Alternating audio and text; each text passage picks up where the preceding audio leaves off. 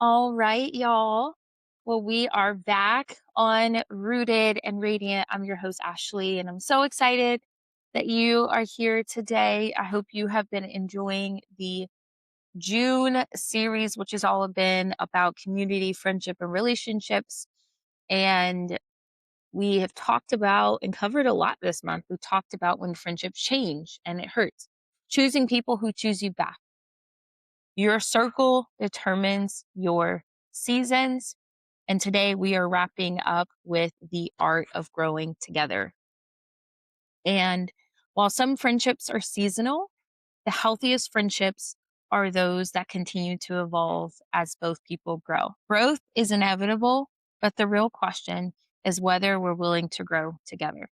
So, as always, I want you to leave every single episode feeling challenged, feeling encouraged, and feeling inspired. So, let's get into today's episode. So, number one, in the art of growing together in your friendships, healthy friendships will make room for change. Because one of the biggest things that I see just in friendships in general is many friendships struggle because we expect people to remain the same. But the reality is, your careers change, relationships change, your priorities change, your faith journey deepens, your family grows. Healthy friendships learn to adapt instead of resisting change. So, a question I want to challenge you on and I want you to ask yourself is: am I giving my friends permission to grow? Because there is no relationship that is exactly the same. Because you get older, you get married, you get engaged, you have children, you move across the country, you leave college, you get into the real world. Maybe you met through a job, jobs change.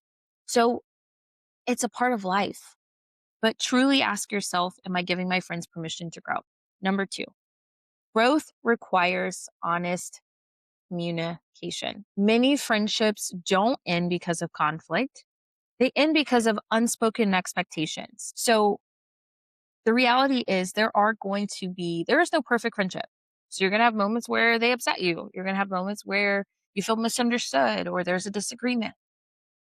But a couple of things that you can do in those relationships to keep them healthy is speak the truth in love. Address the hurt that you've experienced in your relationships before the resentment continues to grow. Give people the opportunity to understand your perspective. Ephesians 4 and 15 tells us that, to speak the truth in love. And so I think in friendships, a simple conversation can often save a friendship that assumptions would destroy.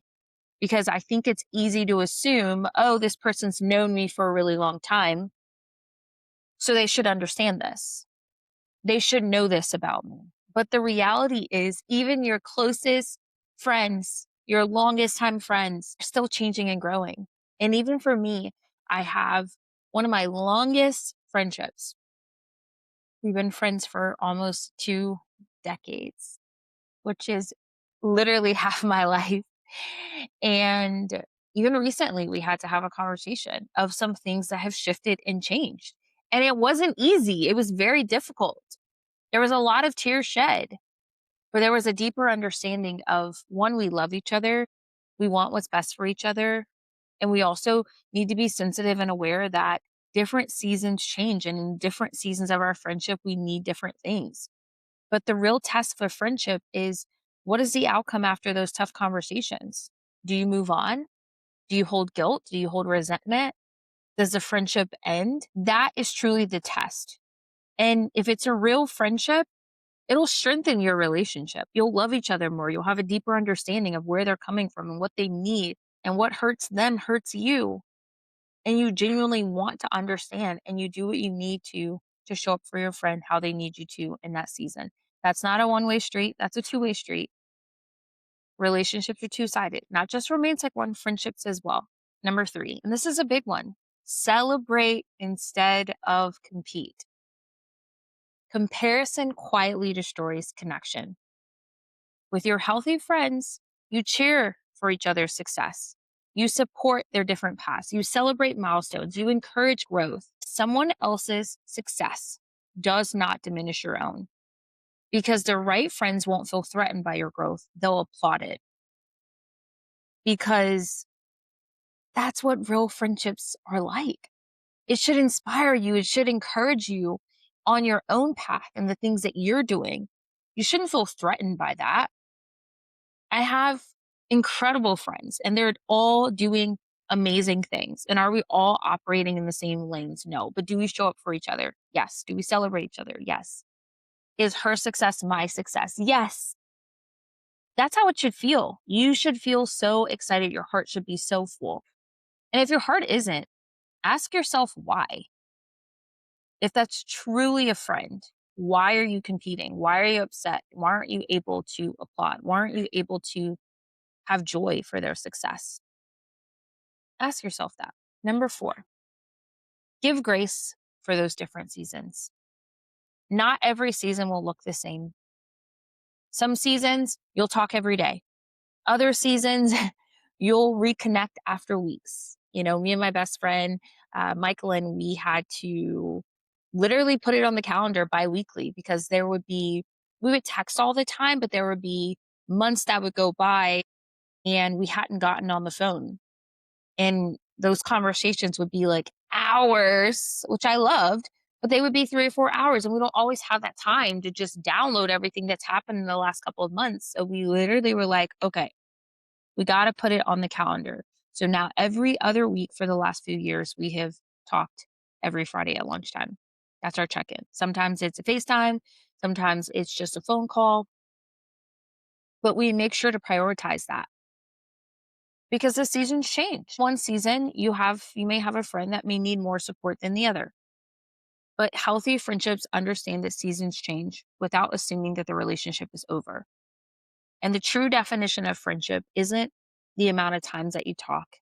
It's how much time can pass and you guys communicate or get together or grab lunch or breakfast and no time has passed and you're able to pick up where you left off.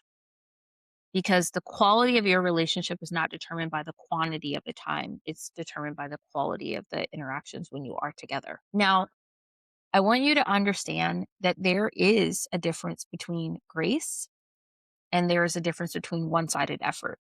Giving grace would be understanding that, hey, you reached out to a friend and maybe they mentally text you, but they didn't actually text you back. And a couple of days go by and you say, hey, girl, I sent you a text. Would love to hear from you. Versus, oh, every time you guys communicate or hang out is because you texted or you called or you reached out. That's one sided effort. Yes, seasons will change, but if it's constantly you reaching out, then you have to ask yourself, why is this relationship more valuable to me than it is the other person? Because in any friendship, regardless of the seasons, there has to be effort on both sides to make any relationship work. Number 5, choose intentionality. Strong friendships don't survive on good intentions. They require checking in, making plans, praying for one another, showing up consistently. Community is built, not found. I want to ask you something. Who have you been meaning to reach out to? Who is that on your list that you keep thinking about that you're like, oh, I need to call them, oh, I need to text them, but you haven't done it yet? Make a list and reach out to those people. So, y'all know me, very practical girly. So, I'm going to give you a couple of tips for growing together. Number 1, schedule friendship time like you schedule everything else. Like I said, me and my friend Mike, we had to put it on the schedule. And as you get older, you will realize your time is few and far between. So for me, if it's not scheduled, it ain't happening.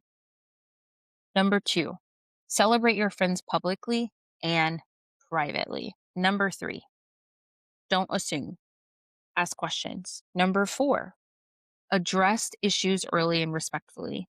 And I know people love to throw around the respectfully, but seriously, if there are issues that come up, you should have enough trust in your friendship to be able to, in love, have that conversation and do it in a respectful way that doesn't require you screaming or calling anybody out of their name, but being adults about it.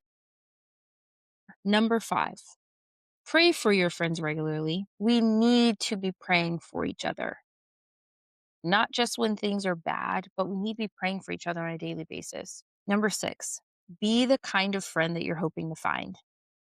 If you are asking yourself, I don't have any good friends, I really, really want a good friend, ask yourself, are you a good friend?